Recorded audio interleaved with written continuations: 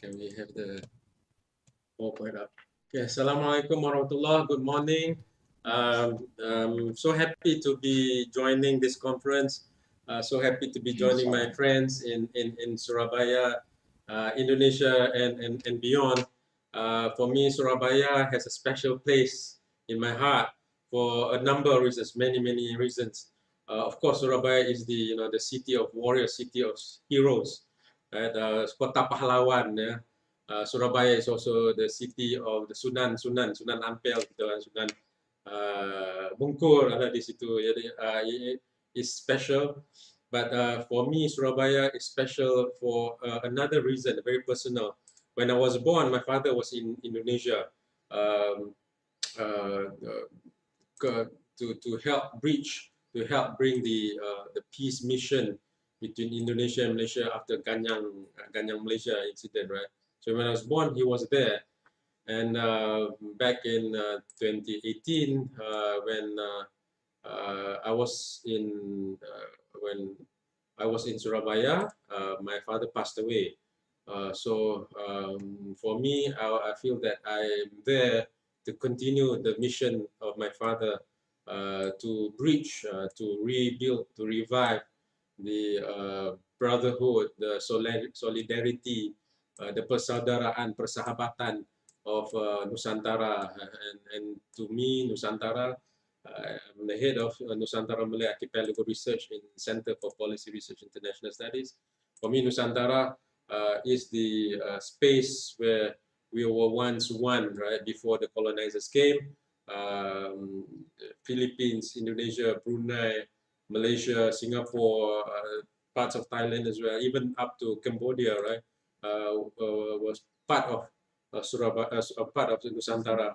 So I'm honored, I'm delighted, I feel very privileged to be invited to this conference.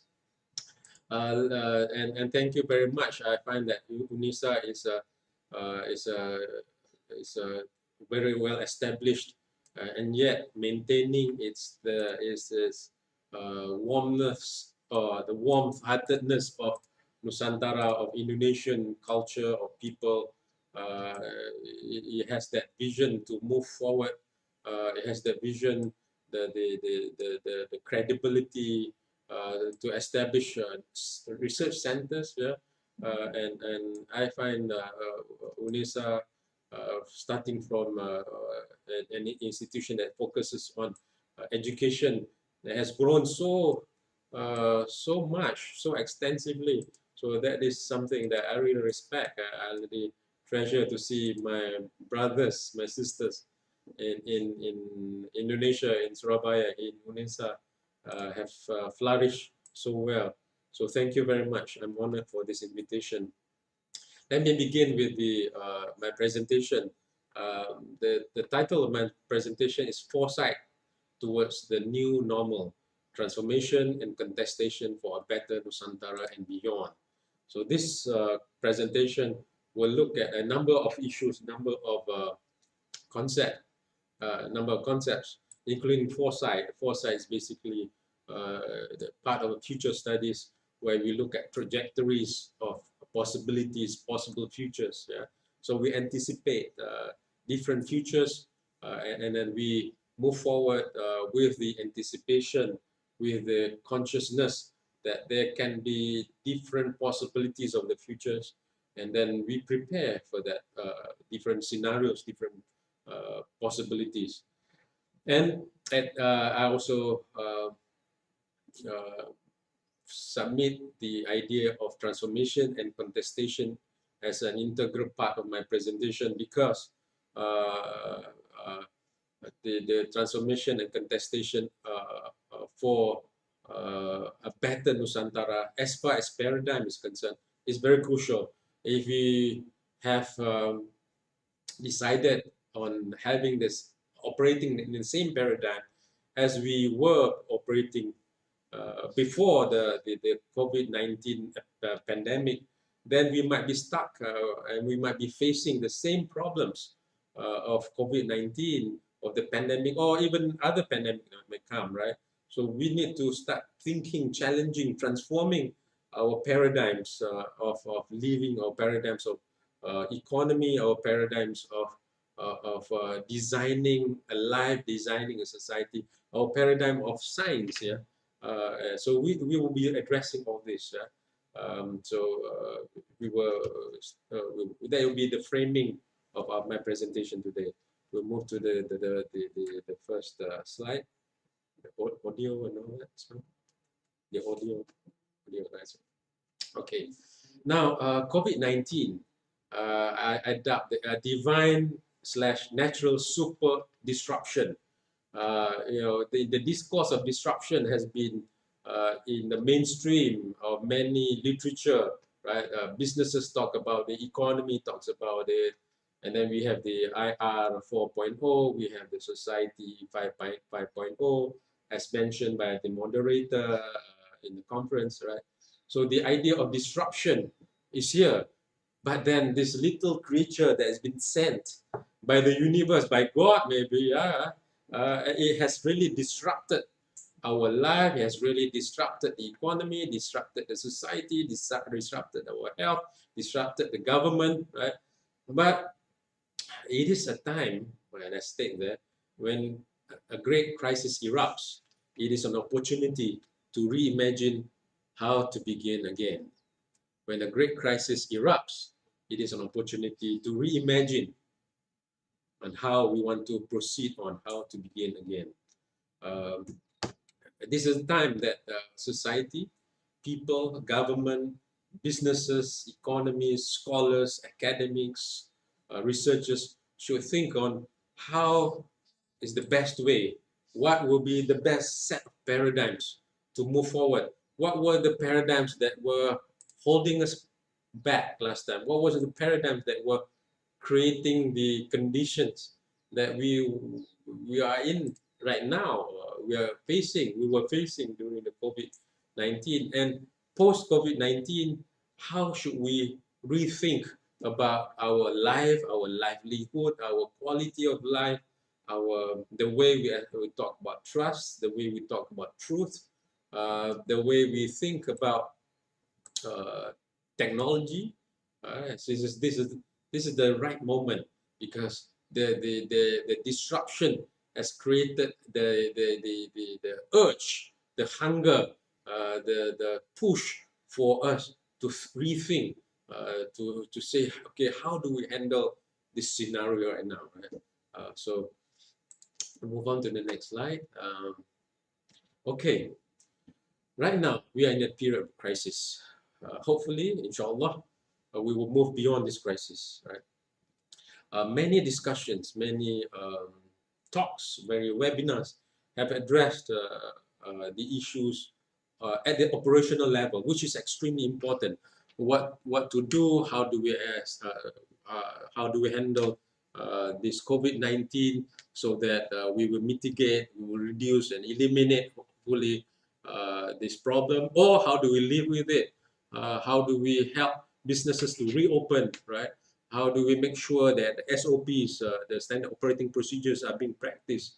How do we ensure public health has been maintained, has been safeguarded, right? There are a lot of things that have been discussed, that have been debated, in fact, right? At the operational level, and it is important to address these issues. These issues are short term, but still urgent and important for us to think, to develop solutions, right? And in my presentation, I will not be focusing on the operational level of this crisis. Right? I'll be moving towards a deeper level of discussion, a deeper level of deliberation.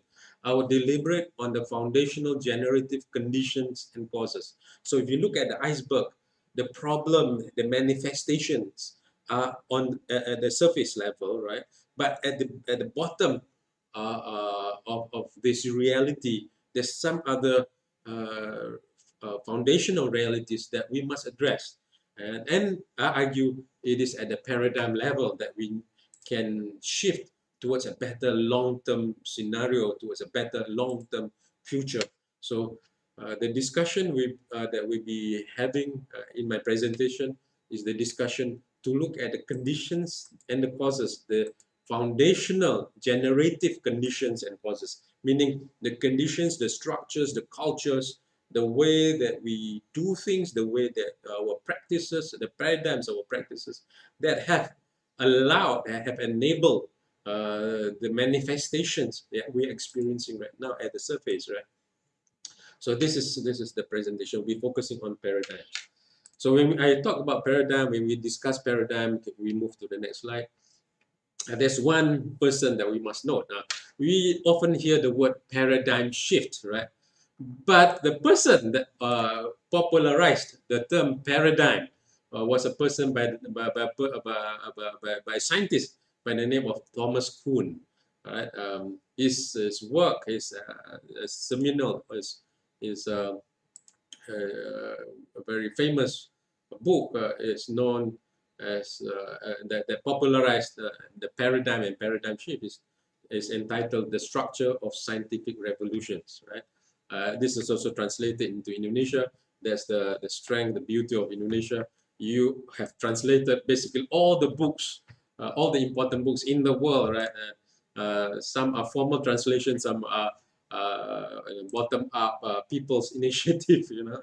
This is the I think the great strength of Indonesia. So we actually democratize knowledge by translating the books, right? So in this book, this structure of scientific revolution, Thomas Kuhn talks about a paradigm, right? And this is in this book that the paradigm became much more mainstream as a construct of discourse, right? By the way, we talked about paradigm. You see,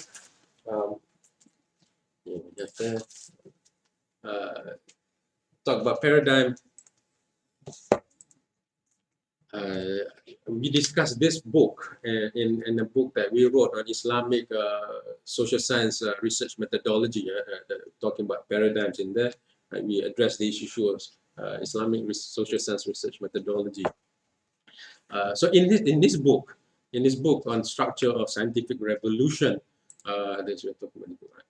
In this book, Thomas Kuhn explores and argues about the idea of how science advances in reality. In actuality, how does science really advance? How does science really transform, right? So he challenges the idea of what the common logical argument that has been put forth by society, by the general public. The general idea is that if you look at the slide there, right? The general view that people have about science is that we have observations to be made, right? So suppose the observation at the balls. So we are like this little child, or this boy or this girl, who are picking up different things. We are looking at analyzing the reality out there, right? So there are green balls, there are blue balls, there are yellow balls, there are red balls, and see how the balls are rolling, how the balls are being grouped, right? But Thomas Kuhn said, no, this is not how science work. Under normal science, which means normal condition, right? Science doesn't operate that way. Science actually operates within a box, right? The scientific box, the mental box of the science. So we pick up the balls, we put into the box, right? Because it fits into this box of science, this paradigm that we have, right? So if the world revolves in certain way, we look at the stars, yeah, it fits into our paradigm of how astronomy works, right? And we look at the reality, it picks up the data fits into the paradigm of the science, which we call normal science, right? And this is the conventionalist view of world of the scientists, right? But what happens is if that box with a round shape there encounters different shapes, right? Different shapes or different sizes, right? You have squares, we have cubes, we have oblongs, we have cylinder, and suddenly the normal science cannot explain the paradigm, right? Cannot explain this data, this observation, right? This phenomena, right? And then how does normal science describe it? They call it anomalies. We found anomalies, right? Keganjilan, keanehan, right? These are anomalies. You just, if you look at the stats, right? All the stats follow this graph, and then suddenly there's something else. We call it outlier. We remove it from our analysis, right? That's an outlier. It's just some crazy phenomena, something wrong with our sampling, something wrong with the instrument, right? So it doesn't. It's impossible. It's impossible. It is implausible, and it's not within a plausible realm of explanation. It's not logical, right? But what happens if you look at the picture there, right? If there are a lot of this coming in, different shapes and sizes and colors, right? Pouring in, right? And then you'd be running in a big state of crisis where the box can no longer sustain, our science can no longer sustain the anomalies that are occurring, right? So the anomalies are not anomalies. There are emerging patterns within the society, within the economy, within politics, within the occurrences in reality that this paradigm can no longer explain. Then the normal science can no longer explain. So what happens is, at that time, we just say, okay, we got to destroy this box. We just come up with a better box, right? Come up with a better. So when we destroy the box, right, that is when extraordinary science happen. It is extraordinary because it is beyond the ordinary. It's no longer ordinary. So it's moving towards extraordinary.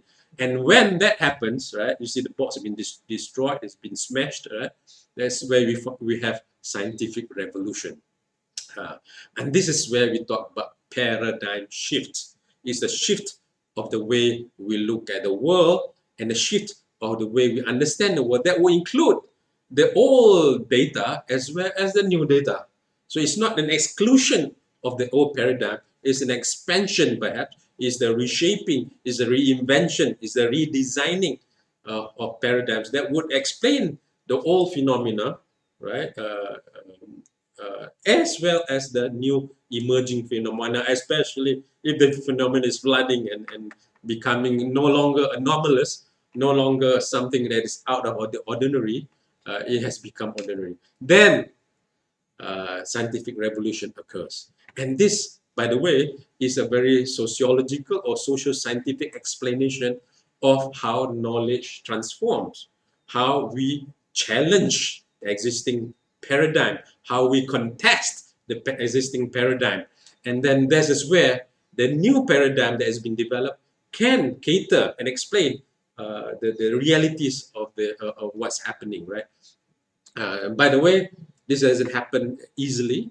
If you look at the Copernicus revolution, the old Greek scholar, right, and he came up with some idea that the Earth is not at the center of the universe, right? The sun is the center. Oh, that is becoming, this like blasphemous, right? Is against the religion, right? And then he was basically executed. Those who are against religion, against the normal science, has been executed, right? And that's true for any kind of explanation that is seen as alternative, right? Seen as marginal to the conventional, right? Because you have this conventionalist view that has been held together by these institutions within society that said this is science. This is the way we understand the world. If you do not understand it, you're out. You're in the margins, right? So it is not easy to have this paradigm shift. It's easy to talk about paradigm shift. It's not easy to actually implement paradigm shift. So let's talk about paradigm shift right now, right? So let's go to the first one. Now, paradigm of livelihood and quality of life. And this is like a big issue, huge, right? I mean, we talk about moving from the pandemic into the endemic, right? We want to liberate the economy. How do we, how do we have we revive livelihood, rezeki, punca pencarian makanan, punca makan itu, and how do we maintain quality of life, revive this our society as it is, right? Now, all this while, our paradigm of livelihood and paradigm of quality of life depends on one thing. mainly one thing basically. And there is income, right? And there's the conventional view. If you the big rock we want is livelihood. Yeah? We can eat, we can sleep in under a shelter, we have can go to school. All that depends on income, right? And if you want to have good quality of life, you increase your income. Therefore, you can have better quality of life, right? So income, right? So it's very income dependent view of livelihood, income dependent view of quality of life, and that is the paradigm. And what we talk about right now, when we move to a new normal, we talk about, well, people can't find rezeki, yeah? People cannot find income. They don't have income, so they cannot live like a normal human. They cannot have a quality of life because they do not have income. The businesses talk about it, the societies talk about it, the economies talk about it, the government loves to talk about it, right? And we are stuck in that income dependent livelihood, income dependent quality of life. Let's move to the next slide. Let's challenge, contest this, because this paradigm, right? Now that's the picture up there. That's the income dependent paradigm, right? And the argument is, so how do? We reduce income inequality. So when we reduce this income, kesenjangan pendapatan, right? Reduce income quality, so the poor can also enjoy the luxury, the middle income family life, can go also to the mall, watch movies, eat in the restaurants, and the increase the income, right? In fact, Malaysian government, the previous leadership, right? We have a couple of changes right now. Wanted to make Malaysia a high income country, right? We have not achieved it. We have achieved the middle income country, but not the high income. So very much stuck in the income paradigm. Whereas there are different ways of designing the paradigm. I posit that the income inequality, the income paradigm should be shifted to the non-income dependent inclusivity and accessibility to quality of life, which means we can have a good life, we can have quality of life without depending on income alone, right? So instead of constructing stone by stone, we construct a pyramid, right? But this is not completely out of our Nusantara paradigm. The Nusantara paradigm, if you look at the whole structure of Nusantara, we do not promote private property as much as the Western capitalist-led imperialistic paradigm. We build commons, we build Waqafs, we build public goods. Look at Yogyakarta, right? We have we have Abdi Dalam who is willing to give their service for 15,000 rupiah, right, per month, right? So, just to give service to the Kraton, to the palace, to the king, to the sultanate, right? And the sultan in return allow them to stay around the palace. And in fact, the sultan doesn't privatize his property. He actually shares his property together, even with UGM, Universitas Gajah Mada, is sitting on the land of the sultan. That is about sharing, right? So we talk about sharing economy, we talk about creating commons, places that people can access without having to depend on quality, on income. By the way, this is not the strange model. If you go to Scandinavian countries, Sweden, Norway, Finland, Denmark, right? I've been there. I've been carrying out some research over there. People do not have to depend on income to have a good quality of life, right? If you look at happiness index, they rank among the highest. And in fact, there are people who choose to become sanitary workers, yang buang sampah itu ya. Kerana mereka bilang, I'm happy because I can work 5 hours a day, right? And then by the time of 9 o'clock, 10 o'clock, I can go off. I can watch my kids, my daughter playing football, playing basketball. Isn't that life? And when I go around, I can meet people, greet people greet me, people laugh at me and all that, right? They do not see them as orang sampah. So a different construction of life. And they can earn and stay in a housing area together with the middle class, with the established people who will have lead a quality of life. So the idea of making income less relevant to quality of life. Over there, you can, higher education is free. Higher education is free. And you can drop out and then re-enter, drop out and re-enter until you make it. Right? So how can we design that kind of society? That is a challenge we want to think. right? To reprioritize the society, reprioritize our social economic model so that we make income less relevant to good education, to good housing, to good food, right? We do not want people to get hungry anymore. Another problem solving idea, we have this one person working versus gotong royong. And if one person is working, if something wrong with that one person and he doesn't get an income anymore, she doesn't get income anymore, it could be a single father, one income family, and that's it. The whole family collapses. And we have this idea of individual household income, right? That we look at household income. We do not look at family and community resilience. So if we talk about resilience and makan cukup ke tidak, the community should be thinking about who are the poor people in my community. Let's list them down. If we have 10, we have 100. Let's list them down. Let's think about using the masjid, use the churches, use the vihara. How do we bring people into helping them, right? Volunteering, having this volunteering spirit, right? The pengabdian spirit, right? And rebuild the society, that the society doesn't have to depend on income. So when you recreate the society, when you remove, we have a pyramid, we remove one rock, the top will not fall. That is the strength we need to rebuild, rethink, right? When it comes to the new normal, how can we shift towards the new scientific revolution, towards the new paradigm? No longer income being the sole or almost the most important factor to livelihood and quality of life. So that is the first paradigm, right? First paradigm shift. We move to the next one, and the next one has to do. In the next one is very which is prevalent, very obvious in the within during pandemic, right? There are people who do not trust what the truth has been conveyed to them. The paradigm of trust and truth. Why? Because now we have ubiquitous computing. People can communicate, people can broadcast, people can do YouTube, people can do their WhatsApp, people can communicate, share information, and people have their own versions of truth. Right? We have entered what some call the post-truth media or multiple truth media, full of hoaxes and half-truths and normal scientific truth.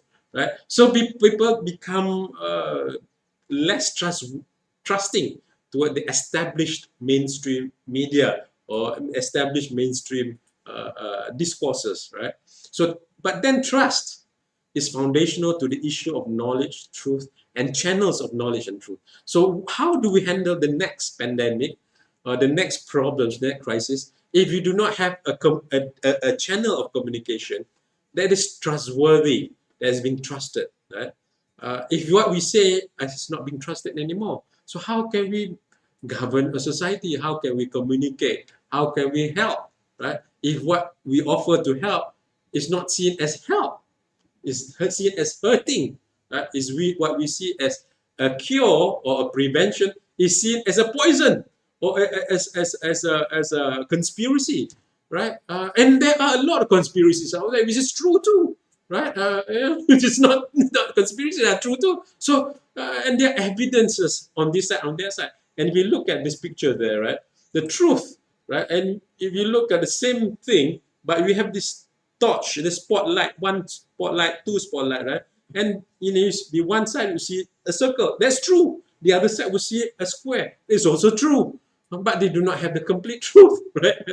The truth is not really seen completely, right? And it's not false either. Right? So this is the challenge of this paradigm, right? And we are facing this paradigm, this crisis of trust. Right? It's shown in our pandemic right now. So we move to the next slide. Now, so how do we shift this paradigm?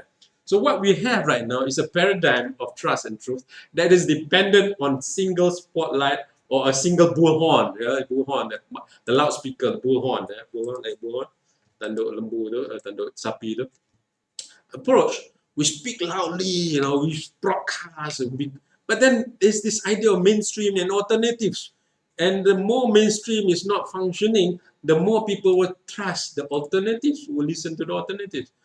And we have this problem of this bullhorn and single spotlight approach, where people become much more ideological, much more ideological. There's a tendency to a tendency of over acceptance. There's a tendency of over rejection. So they accept almost completely, like the prophet's words and the God's summons, God's words. They over reject the Isaac completely either, right? So we have that phenomena occurring. Why? Partly because we have the domination or marginalization of channels of information knowledge. So there's only one bullhorn, one spotlight, right? And the rest is seen as false.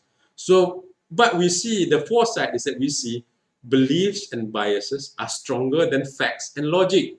When they believe something is more important than logic. And if they're already biased, your logic, it will be fighting against their biased logic, right? And who says your logic is better than my logic, right?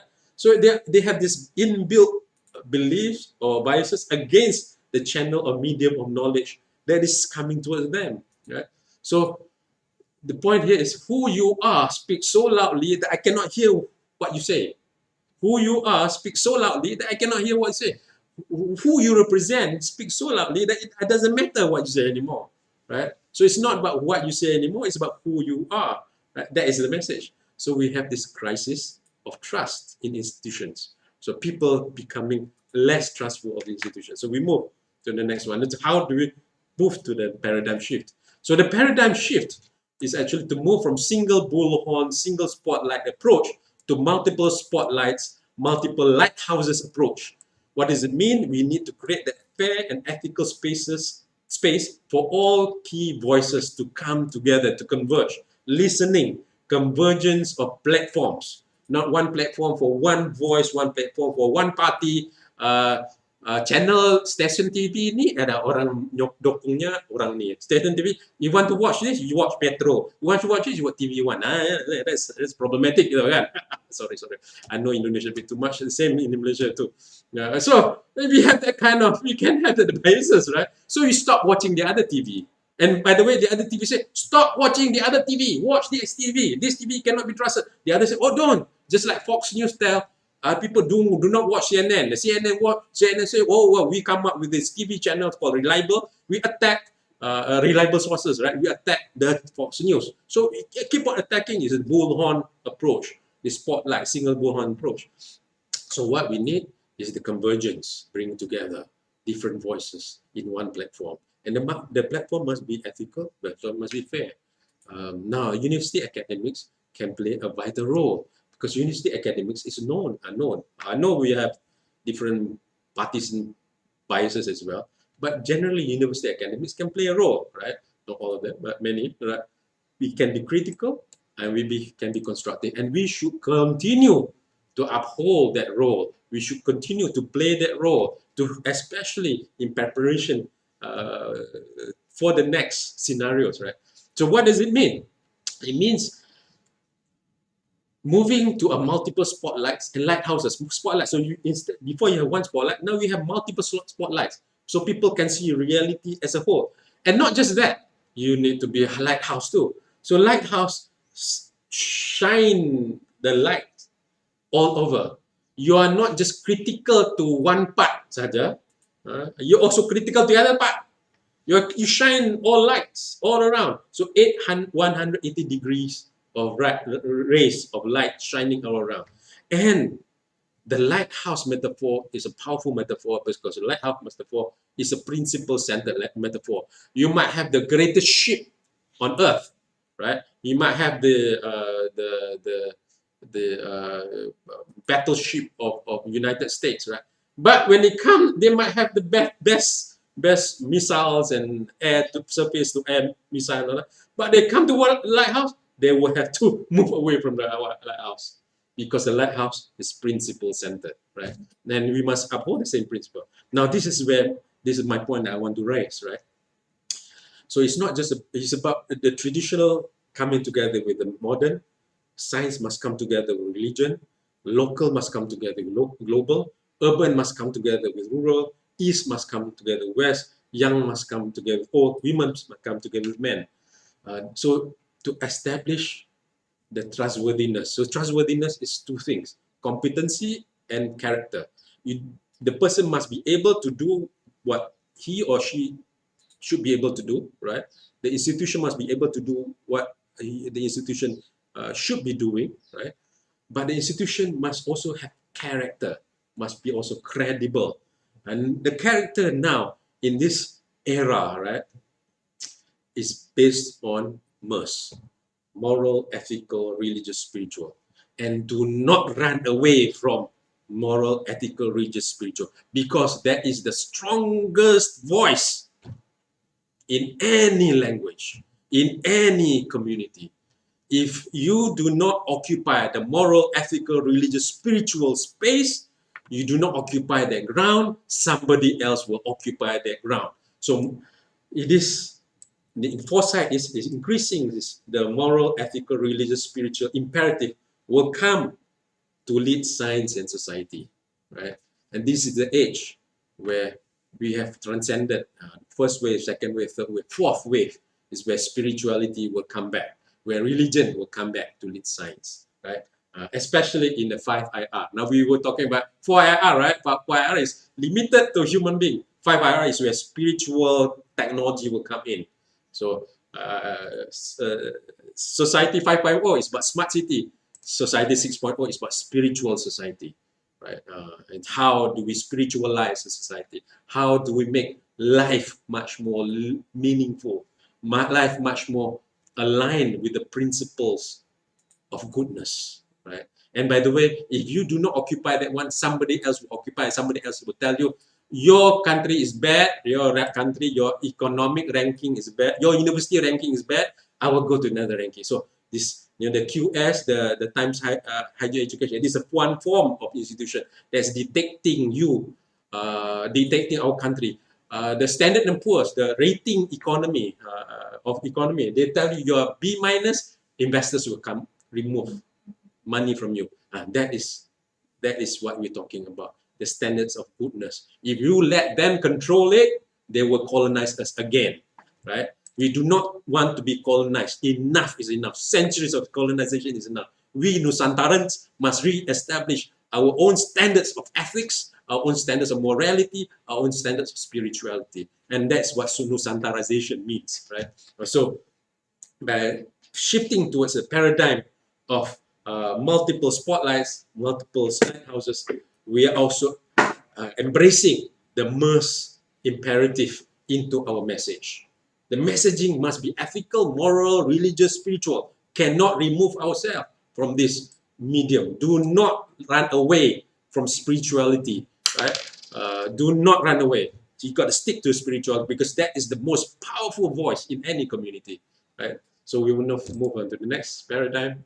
I probably will stop at third paradigm, but if we have time, we'll talk about the fourth, fifth. Technology paradigm.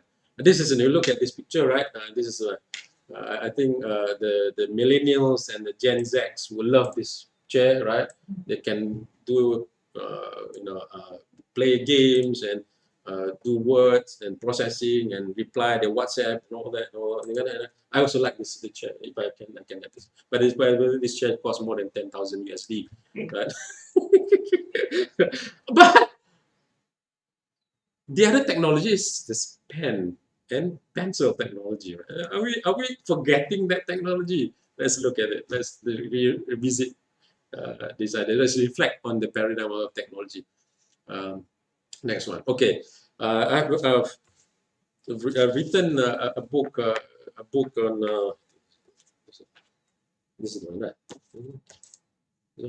I've written a book together with my postgraduate students. By the way, together with me, there's universities, postgraduate candidates, masters and PhD from UNESA, right? And with afterwards we'll show you, and for Untirta as well, UMA. So we talk about how education is being dominated by a paradigm, and that is the dominion of digital. If you look at technology paradigm right now, the normal science is prescribing for us to go digital, full tilt, to go digital 100%, right? I'm sorry if I go against the policies of the countries, right? I think a lot of countries prescribe to the idea of digital. I'm not against digital as digitalization, right? But we actually have a digital library set up, or Nusantara Waqaf Ilmu Nusantara library that's completely digital, and you have access to it completely, right? But the problem is marginalization of other technologies, right? Can we move to the next slide? Uh, I will not delve too much into this because we have written an article published on this article in this book, right? By the way, the book can be accessed for free. We see four different emerging realities where the dominion of the digitalization paradigm has dominated education, right? We see, I will not go too deep. We see on the extreme left there is the picture, that picture there, the top, right? The top there you see the picture of Malion. Malion is a symbol of Singapore, right? By the way, ladies and gentlemen, bapak-bapak, ibu-ibu, tuan-tuan dan puan-puan, saudara-saudari sekalian, ini bukannya di Singapura.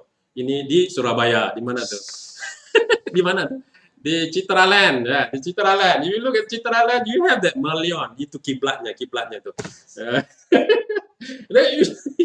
The top is succeeding under online digital economy, right? And if you look at the bottom there, bottom bawah itu there's a picture of a campus in Kuala Lumpur, right? By the way, I have some of nieces and all that in international schools. They are ready for digital education. In fact, they have gone into using internet. All that. They are required to have laptops if they want to go to these schools, right? So these are rich schools. Elite schools, yeah. Elite schools are ready for digital economy. Elite school is ready for digital education, online tech education. They are succeeding. But the scenario number two, right? The middle income, the middle class, people like us, right? The teachers, the lecturers, the upper middle income family, they are surviving. They're not dying. They're surviving. But the kids will play with them, and they'll be struggling a bit, right? They're surviving, right? There's a second scenario, and there's empirical evidences of this as well, right? So the mother have to sit down there and let the kid do the work there, right? And then because there's one PC at home, thank God they have a PC at home, right? So they are surviving, not succeeding, but surviving. Some might succeed, but mostly surviving. The third is the bottom. The bottom. What the bottom? People who tinggal di rumah susun, people who stay in flats in Malaysia, people who are the lower income, the working class, right? Sinking, tenggelam, mereka tenggelam. They cannot cope. They have one, handphone, right? Maybe two in the family, but then they have 5 kids. How do you operate with one handphone or 2 handphones, 5 kids? What about a single mother? How do they do that? And that's, by the way, a picture of some families in Kampung Melayu. Kampung Melayu, by the way, is in Jakarta, not in Malaysia. Right? They are experiences these problems, right? And the more we shift to digitization of education, right, the more they will be marginalized, the more they will sink, right? And this is what's happening to lower middle and lower income families and people who operate micro businesses, warung nasi lemak, warung bakso kan, pecel kan. Don't get me hungry. Rawon ada ya orangnya. Ada ya rawon setan di Indonesia. Sup buntut Gelora Pancasila di Surabaya, number 1 literally speaking, because sup buntutnya besar gini, gede-gede gini. These people will suffer, right? Not the sup buntut people, the people who are operating small businesses, right? They will sink, and the more you go into that, the more they sink, right? Then there is a fourth category, the excluded, and that's by me sitting by a kid. Then Daniel is in the Taman Bungkul. They carried out some observation there, interviewed some kids there. Daniel is used to be gelandangan, right? Now what happens to them? They just submerge. They just disappear, right? What happened to the orang asli, the natives that's in Pahang, in Malaysia down there, right? They just disappear, right? And they just disappear. What happened to the kid named Maisara down there, the bottom there, right? This is in Kampung Melayu in Jakarta. She has to sell water early in the morning, 8 o'clock, wake up and sell water. What happened to them? Get completely submerged in this new paradigm, right? And because we believe so much in this paradigm, there's a tendency of over acceptance and over rejection, right? Remember that, right? We over accept and we reject the rest, right? We go to the next slide. To the next slide.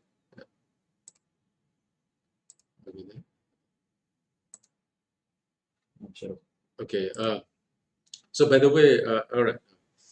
Okay, I want to tell about Daniel. Okay, so essence of education, we look at essence of education. It's about substance versus, it's not about so much about the medium, right? But the education, essence of education is about developing oneself by learning about the subject and knowledge. It's the substance versus learning about the medium, developing knowledge based on medium and online tech. But the focus is shifting from learning about the subject and substance to about learning about the technology, how to manage, how to build education around the technology. The lecturers, the teachers will think about how do we do. By the way, Google Classroom, Malaysia, Indonesia ranked #1 in the world in terms of usage, right? But are we the best in terms of quality of education? A question mark there, right?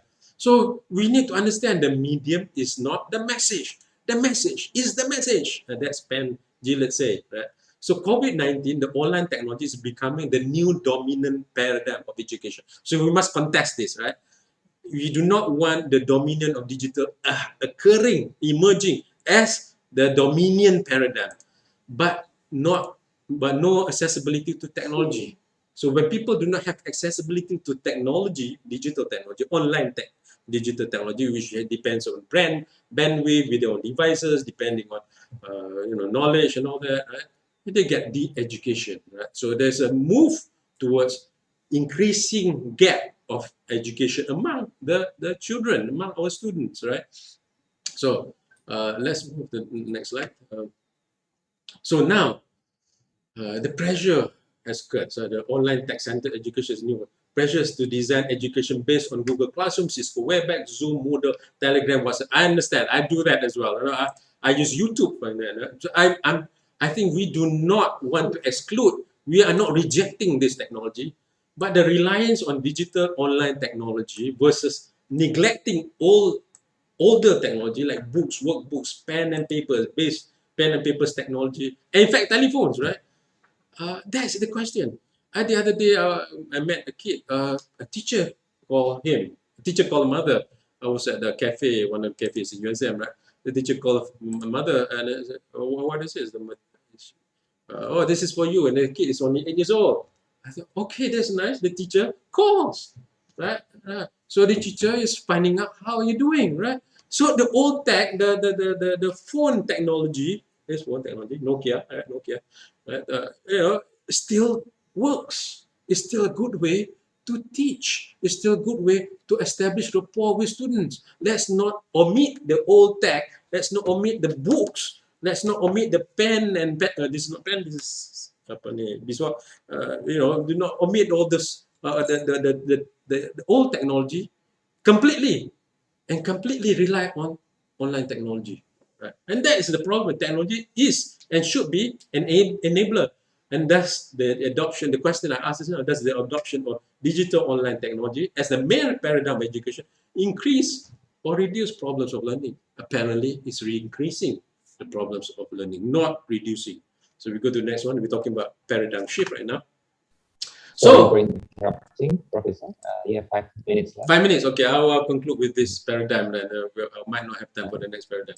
But I'll see. We'll see what happens. So now we adopt the Nusantara Gotong Royong solution. We Nusantarize the education right now. First, we shift to learner-centered education. Hito Goji. By the way, UNESA is education focused. This is very good for UNESA. Right? A program system to enable, encourage, empower different typologies of students to learn, not online tech-centered education. Maka kita memerdekakan kampus kita dengan memerdekakan diri kita dari kongkongan-kongkongan teknologi yang satu saja. Kita merdekakan diri kita dengan mempelajari dan menggunakan teknologi-teknologi yang berbagai, yang macam-macam itu kan. Dan kita bawa teknologi yang macam untuk menyesuaikan dengan mahasiswa, dengan pelajar-pelajar itu. So it is about the expansion of all technologies, not just relying on the learning environment is a technology. Supportive, inclusive education using books, open sources, affordable gadgets, right? Affordable gadgets. Maybe they should be given handphone instead of a laptop, right? A handphone you can communicate. Bisa nggak buat ni? Bagaimana ni? Itu. Kan? So home office classroom can be created. And we got to think about solving financial problems of education, create economic conditions that liberate learners, students from the economic chains and deprivation to pursue education. Maybe we should start introducing food for them di sekolah-sekolah, ada makanan gitu kan. Maybe we should be thinking about that. So when we make education less dependent on sophisticated technology and income, we are democratizing education. So this is where learning accelerates. By the way, this is in Taman Bungkul. This Safe Street Children in Surabaya. Tiap Jumaat minum susu sambil belajar itu. And this is beautiful. Where the mahasiswa, the students come in, volunteer, and they sit together with gelandangan homeless kids, street kids, right? And they have conversation, they build rapport, and then there's beauty. It's almost like pesantren. It's pesantrenization of Taman Bungkul, right? And it's beautiful. And this is Nusantara, right? This is Nusantara. Maybe I have one more minute time to move to the next paradigm. By the way, the last paradigm is, not the last, I have the fifth paradigm, but I'll stop at fourth. Temporal paradigm, paradigm masa depan. Yeah? This is a paradigm that is upheld also by UNESCO. The next slide. So this is about how we see the future. All this while we see the future as one track, satu jalur saja gitu kan. Sebetulnya we should be thinking about multiple scenarios about the future. If we can think about different scenarios and think about how we can handle, prepare for the different scenarios, then we'll be ready, right? So what we're entering right now in COVID is what is called the wild card scenario. Ada 4 scenario, tapi dalam scenario COVID, wild card. What does it mean? Wild card scenario is the low probability, high impact. Kemungkinan keberangkalian dia berlaku tu sangat kecil. Tetapi kalau berlaku, dampaknya luar biasa. That's COVID lah. That's what will happen. But our agenda here, but this is a literacy that's been championed right now by UNESCO. That is future literacy. Jadi, how do we anticipate different scenarios of the future, and how do we prepare for the different scenarios of the future? How